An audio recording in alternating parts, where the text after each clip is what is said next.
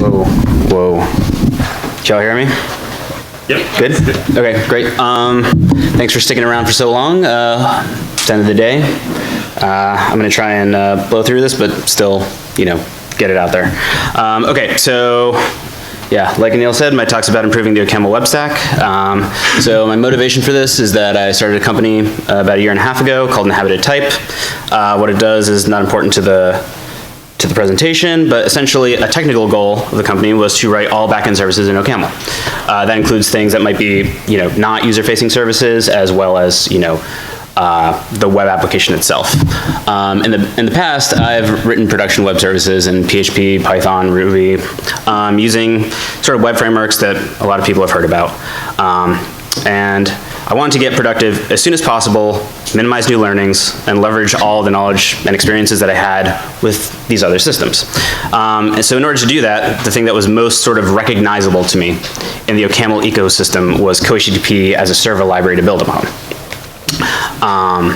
And just sort of as a side note, I used async for monadic concurrency after sort of a false start with LWT, which also eliminated a few other possibilities in terms of server options. So that's motivation, worked on it, what happened? So it turns out that there are quite a few pieces of the puzzle, the web development puzzle, missing in the oCaml community. And I had to dedicate a bunch of time to building those pieces, sticking them all together. And I also, at some point, fell down a little bit of a performance rabbit hole, as Anil mentioned. And really the end result is that rather than actually sort of focusing on the R&D that I need to do, I ended up building these, pieces instead, not exclusively, but, it took time away from the important matters at hand. So here are the pieces of the puzzle that were sort of missing and that I built. Basic URI Dispatch library that was just sort of independent and that could plug into Cohttp, didn't exist. Session management, also something that wasn't around. And some sort of like higher level HTTP framework. I sort of settled on building a portable web machine, which I'll talk about later. And then there was the issue of Cohttp scalability, which I got into. There's an issue out on GitHub right now that's still open about how under heavy load, Cohttp servers don't scale as well as you would expect. And that led me to write a few other libraries, parser carbonator library, a serialization library, and then putting those all together into sort of essentially a rewrite of Cohttp. So, first part, URI Dispatch. Basically, it solves the problem of saying, when the server receives a request, how should the server handle it? And usually the way that you do this is you break up that server logic into separate URI handlers. And dispatch basically just says, okay, here's this path, let me try and match against it, and just call this handler instead. And like I said, Cohttp didn't have any built-in support for this, and at the time there weren't any standalone libraries I could just throw in there. And so to the right, you see a little bit of an example of what like a dispatch table would look like. Sort of the colon indicates that this is a wildcard that is going to match. So, you expect a username to be in the user position and like an ID to be in the ID position. Don't do any sort of crazy casting or anything like that. Just give me the strings in an association list, more or less. And then you can, build that handler, associate you build like a larger handler from these other, patterns and user handlers, and then, you just go from there. So that was something that didn't exist, built it, it's called oCaml Session. You can find it on my GitHub, you can find it in OPAM. Session management, next part. When you're building real applications, you need to be able to associate sort of the user behind the browser with the user in your system. And you do that usually by sticking in a cookie into requests that the browser will recognize and sort of store and pass to you next time the user makes a request. And usually this involves generating a random ID, which you shove into the cookie, and then fetching some sort of state, some data structure from a persistent store, that you hand to your handler while you're sort of going off and processing the request. And this is extremely essential for any web application that needs to deal with user accounts. And like I said, there wasn't any sort of drop-in solution, which is again something that I had to build. And so you can see a little bit of an example of how this stuff would go. using the session interface that I came up with. You sort of just pass it the headers for your Cohttp request, as well as a backend that it's going to use to query, whether or not there's actually something there, and then you just pattern match against that, and there's in the case that there is a session there, this example just responds okay, but in the case where you're going to the authenticate URI, you can generate this ID, put sort of a placeholder value into the store, and then just stick the ID into the headers and respond with it. So this is also another thing that I wrote. It's called the camel session. It's on GitHub. It's on oPam. And the next thing is Cohttp gives you basic parsing and serialization of HTTP requests, sort of just moving the bits around, but it's not really suitable for, it doesn't give you any sort of higher level structure that you can work with while you're developing web applications. So what I decided to do was to go for the best example of a system like this that I've seen out in the wild, and that would be Webmachine, which is an Erlang project originally, and it also has ports in Ruby and Haskell and probably other languages at this point as well. And basically what it allows you to do is to model a request handler as a state machine. And as the user of Webmachine, I can just specify the behavior of individual decision points. They're just functions that are called when you get to that point. You can return true, false, different sorts of values, and then Webmachine itself interprets that and takes the right sort of path through the state machine, which you can see a little snippet of it on the right-hand side. Another nice thing about this is that Webmachine, once you implement it, you get content negotiation for free, caching logic for free. You just need to say, here's how you generate e-tags, here's when this thing was generated, and the rest is taken care of by it. So it's a great API for creating web services that conform to the HTTP specification. Again, this is on GitHub. It's on, I'll link to my thing later. It's on oPam, ready to use. Uses Cohttp for all the moving of bits, as I said. So after I built all those three things, then I could just focus on building my actual application, which was good. But then I started delving a little bit deeper into Cohttp, and I saw a few problems that sort of needed a little bit of fixing. Like, there's a little bit of inconsistency with error handling across implementations, across async and LWT, and sometimes there's a few cases that miss and they propagate up and they kill your server. There's also, sorry Anil, but Conduit is a bit of a pain. For people that don't know, Conduit is it's a separate library that handles the accept loop of the Cohttp server.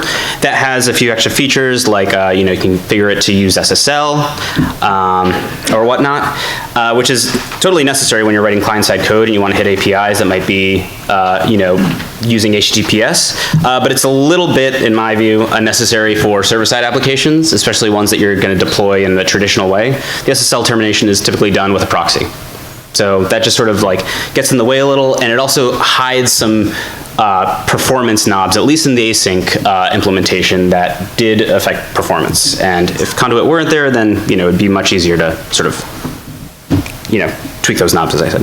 And then there's, of course, the issue that I referred to before, issue 328, which is server-side performance is pretty poor in comparison to a lot of other compiled languages, and even maybe one Ruby implementation does better. So, I want to sort of fix this, and I think that one of the main causes of this is the fact that Cohttp uses functors, but I don't mean that functors are slow. That's not what I mean at all. It's just that the way that it's used in Cohttp led to some weird performance characteristics. And so the main functor, there's a bunch of functors, but they all take a I/O module that sort of takes read and write implementations, and that may block. So they return a deferred T in the case of async, and an LWT T in the case of LWT. The problem is that LWT and async are fundamentally different in the way that these monads behave. In LWT, if you have a deferred that's determined, you'll just immediately go and apply the continuation on the right side of the bind without yielding to any other thread. Whereas in async, the opposite is true. Regardless of whether or not it's deferred, the deferred is determined, you'll just, shove a piece of work at the end of the queue that says, okay, call the continuation once you get that, and you yield to the next job. So what's the consequence of this when writing responses under heavy load? Well, here's how the write calls, for example, were implemented. On the top, there's the async implementation, which, as you can see, it's using this thing called a writer that, in order to write to, it'll never block. Whereas in the LWT case, the write may block, and that's the deferred that you return. So that sort of means that you're, in the async case, you're unnecessarily sort of yielding to other threads, when you can do plenty more work without having to block. And the consequence of this, you can see in strace under heavy load. Whoop, woo. So the top is async and the bottom is LWT. And as you can see, LWT is doing a good job of batching writes while it's constructing a response. In the first, in the response, in all the response headers and the bodies, you have a nice, 2094 length there. Everything's getting just shoved into one buffer, one write. Whereas up here, you can see that async is making a ton of writes for just like the first line of the response, each individual header, as well as the body. They're just scattered everywhere. So it's not getting good batching performance. And I think that's one of the reasons why this latency histogram sort of looks like this, and it's hard to read the labels, but the two that are way up there are the Cohttp implementations, and you can barely see the ones at the bottom. That's I think a NIM, Haskell, and Go implementation of the same sort of benchmark. And this is, I should note, like under heavy load. This is 10,000 concurrent connections with a target of 30,000 requests a second over about a minute. So I looked at this and I was like, I need to fix this. How am I going to fix it? First thing that I thought is I'm going to get rid of the functors. Because functors are, I think, the cause of, or contributing factors to a lot of the problems in Cohttp. Readability is certainly a concern. It's a little bit hard to figure out where implementations are and chase that sort of stuff down. It also promotes a style where, like, the server logic and the I/O are interleaved, which does affect readability as well. And this is sort of a point that was brought up in the LML workshop yesterday in the WebAssembly talk, where people were a little hesitant to use functors in oCaml because they didn't really understand them, and it made things a little harder to read. So instead I wanted to take the approach of implementing parsing and serialization as pure libraries that sort of surface data types describing I/O operations that the runtime needs to make.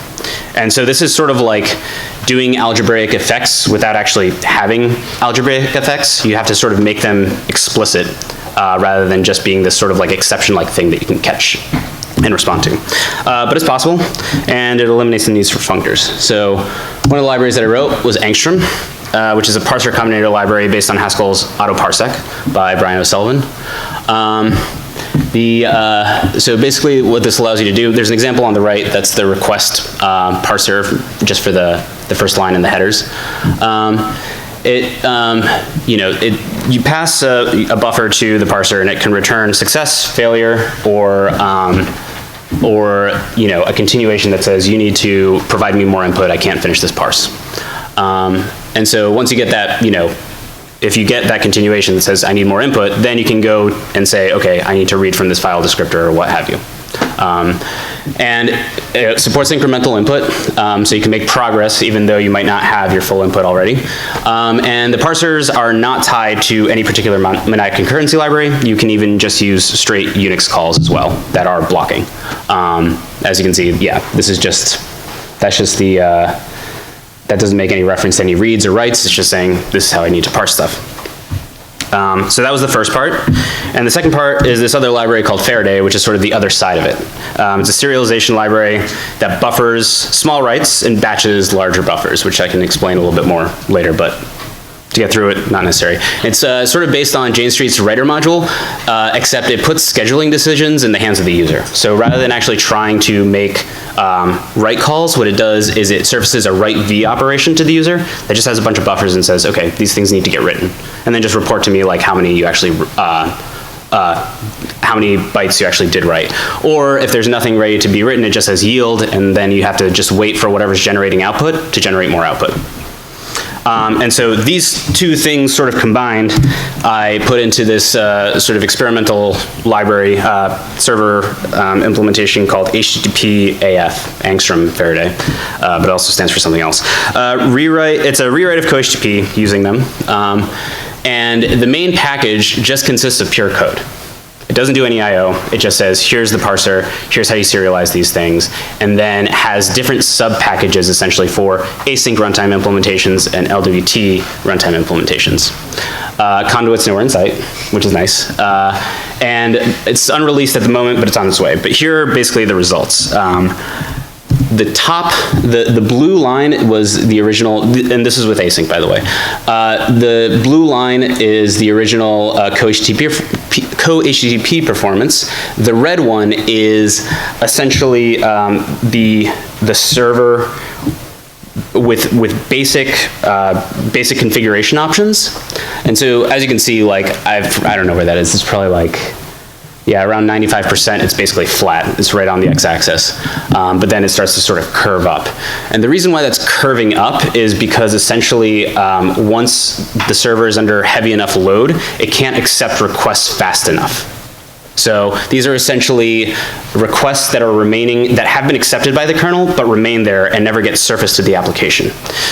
So the other line down there is the same server, except what it does is whenever it has the opportunity to accept, it does one blocking accept call, and then tries to fetch as many additional connections from the kernel as possible, up to some limit that you specify, and here it's 100, so that that accept loop doesn't get starved by all the other work that has to be done. So it's like, okay, I have an opportunity to do work, I'm going to do as much as possible. And then because of that, you know, the histogram drops, and latencies on the lower end of the distribution suffer, but throughput is great. And it's not to say that this is like the best solution, or to solve problem now, because as you can see, that tail is still pretty high. It's still not competitive. Well, it's competitive, but not faster or better than those other like NIM, Haskell, or Go implementations. But it's progress. Pretty much there in terms of getting a decent web stack for oCaml that works with LWT or async, doesn't really take any opinions, make any assertions about what people should use. So I think, yeah, with something that is based on the HTTP AF combined with dispatch, session, Webmachine, it's beginning to approach a good experience, but there's still a bit to be done. I still need to release that server, and there's also a problem with code reuse. A lot of other languages use these sort of middleware stacks, like Ruby has Rack, Python has WSGI, Haskell has WAI. They're basically ways of packaging little pieces of functionality that you can reuse, that people can reuse very easily. That doesn't really exist. Rudy, who is the author of Opium, which is a Sinatra-like web framework, if you're familiar with that, it's a Ruby thing, has ideas about that, and I think that he's basically has some sort of middleware thing going on in Opium, but it's not used outside of Opium. And Opium also is async only. It was async only and now it's LWT only, so who knows. And then RIP is something that Dario I don't know how to say that name, so I won't, just recently released something on GitHub, but it hasn't officially been released on OPAM or anything. He hasn't advertised it, though I guess I'm sort of advertising it now, sorry. That is also sort of an attempt at a more accessible interface for writing web applications than Webmachine is, because like it says, it's a little bit of an expert mode interface and might not be suitable for sort of quick and dirty things. And most web developers aren't familiar with Webmachine at all. They are familiar with things like Sinatra, Flask, etc. So it'd be good to have those sorts of options in the ecosystem as well. And so yeah. What's the point? Yeah, things are happening, and it'd be great to get more people involved, but this is just sort of a, I guess, status update of what's going on with web development in oCaml. Anyway, thanks, and the code you can find on GitHub for inhabited type.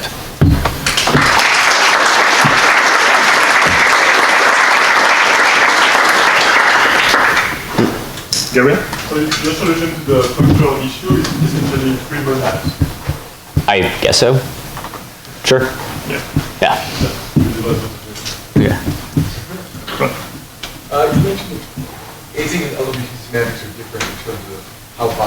Yeah. And that's true, but it's not a deep difference. Okay. Which is to say, an LWT style bind is a trivial thing to implement. We don't have to have it there by default. Sure. But to the degree that you want it, like,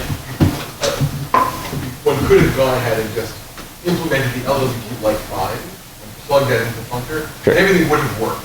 Sure. In that sense. So, just to the degree that people think of that as a deep semantic, Sure. in some sense quite shallow. So you're talking about just saying like deferred is determined. If it is, then continue on or something like that. There's a function called deferred.p. Oh yeah, So right. Look into it, and if it's determined, Yep. immediately, and otherwise, block. Right. And there was some like long ago design decisions Yeah. why we decided not to look at the default. Right. And it would be painful now to switch to default because Yeah. it can depend on the semantics. But it's easy to do the other ones. I suppose. Yeah. And then all right. Okay. Yeah. Fair enough. I think that for sure. I think that this does still have advantages in that you disinterleave like a bunch of the actual parsing with I/O, and I think that has its benefits as well. But the if you want to break down the performance flaw, one of it was having a copying interface because of the lack of a zero copy, and the other one was trying to create the lowest common denominator across LWT and async. Yeah. So it could have been fixed in async by banning the parallel bind as well. But a free monad solution is an interesting alternative to experiment with as well. Cameron? Your library is documented right now. Are you like a Daniel Dunsley kind of person or normal person? I mean, I think they're fairly well documented. I mean, I try and make sure that, I'll be honest, I don't host the documentation anywhere, but I think the MLI files are decently documented. Let's put it that way. And with a little bit of an explanation above each module to sort of guide your usage. Yeah. Please do refrain from personal attacks and questions when the person is in here.